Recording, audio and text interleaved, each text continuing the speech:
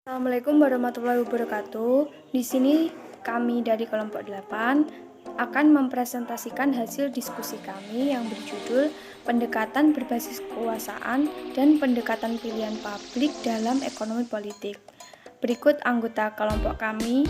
Yang pertama Sela Fitriani dengan akhiranim 108, yang kedua Lilis Septiani Tias dengan akhiranim 115, yang ketiga Gisti Kartika Asri yang berakhiranim 130.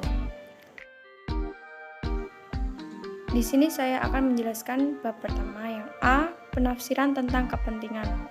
Dalam pandangan ekonomi, kepentingan diterjemahkan menjadi pilihan selanjutnya. Pilihan tersebut secara otomatis menjadi keputusan tentang alternatif yang akan dipilih. Jika seseorang membuat pilihan secara bebas, pilihan itu sesuai dengan kepentingannya. Tidak ada paksaan atas pilihannya. Konsep kepentingan secara semacam ini disebut sebagai kepentingan langsung atau direct interest. Konsep kepentingan seperti ini cocok untuk konsep kekuasaan sederhana. Konsep kepentingan kedua tersebut dengan kepentingan real atau objektif. Selanjutnya yang B, kekuasaan dan perekonomian pasar. Secara umum, kekuasaan dan ekonomi merupakan dua entitas yang terpisah. Bahkan ada fakta bahwa keduanya saling menegaskan. Salah satu kontribusi ekonomi pasar kapitalistik adalah kemampuannya untuk menumbuhkan kekayaan masyarakat. Ketika kekayaan masyarakat tumbuh, individu akan terpenuhi kebutuhannya. Peningkatan kekayaan dapat dimaknai juga sebagai peningkatan kekuasaan dalam arti sebagai kepentingan langsung.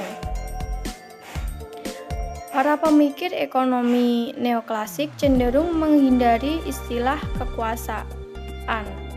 Jika ada hal itu sebatas membicarakan kekuasaan dalam arti kekuasaan atas orang lain dengan fokus terhadap efisiensi yang dikurangi. Dengan strategi ini, ekonomi neoklasik tidak lagi menjadi ilmu tentang efisiensi alokasi. Perkenalkan, saya Lilis Septiani Tias dengan akhiranim 115 untuk pembahasan selanjutnya yaitu pendekatan berpusat pada pasar versus pendekatan berpusat pada negara. Pendekatan berpusat pada negara didasarkan pada asumsi bahwa negara memiliki agenda sendiri dalam hubungannya dengan menciptakan kesejahteraan dan kemakmuran masyarakat. Negara dianggap sebagai institusi yang dimanfaatkan oleh individu atau kelompok sebagai alat untuk mengejar tujuan privat. Pendekatan terpusat ke negara tidak resmi dimulai dengan kegagalan pasar dalam mengidentifikasi peran politik versus peran ekonomi. Jika negara mempunyai tujuan-tujuan sendiri dan jika pengejaran tujuan-tujuan tersebut membawa implikasi terhadap peristiwa-peristiwa ekonomi dan institusi-institusi ekonomi, negara bisa berusaha mengontrol ekonomi bukan untuk mengoreksi kegagalan pasar, melainkan demi mencapai tujuan-tujuan sendiri. Negara mempunyai kemampuan untuk menentukan dan mengejar agenda yang tidak ditentukan oleh kepentingan privat. Hal ini yang disebut sebagai otonomi negara, yaitu adanya kemampuan negara untuk bertindak bebas tidak ditentukan atau dipengaruhi oleh kekuatan sosial lainnya, terutama kekuatan ekonomi. Untuk pembahasan selanjutnya yaitu mengenai globalisasi dan perdagangan bebas. Globalisasi merupakan fakta yang harus dihadapi manusia di seluruh belahan dunia. Globalisasi adalah intensifikasi hubungan ekonomi, politik, sosial, dan budaya lintas batas negara. Kelompok yang mendukung globalisasi menyatakan bahwa dengan globalisasi dan liberalisasi, sumber ekonomi dapat dialokasikan lebih efisien dan dapat memperluas kesempatan kerja melalui industri padat karya, sehingga dapat meningkatkan pertumbuhan. Adapun kelompok yang kontra mengatakan bahwa globalisasi dapat meningkatkan kemiskinan, yaitu yang pertama, di negara maju timbul pengangguran, penghasilan stagnan, dan ketimpangan meningkat. Yang kedua, di negara berkembang, kekuatan ekonomi global dan restrukturisasi ekonomi merugikan rakyat. Intervensi International Monetary Fund atau IMF telah menimbulkan hasil yang tidak diharapkan. Kebijakan pemerintah cenderung memihak pasar global dan tidak memberi cukup perlindungan terhadap kelompok miskin dan lingkungan. Yang ketiga, kelompok miskin tidak mampu bersaing karena kurangnya akses terhadap pendidikan, teknologi, kredit, kepemilikan tanah, pasar, dan biaya transportasi yang tinggi.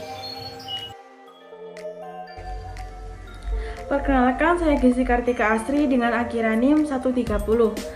Untuk pembahasan selanjutnya yaitu konspirasi penyebab kebangkrutan negara dunia ketiga.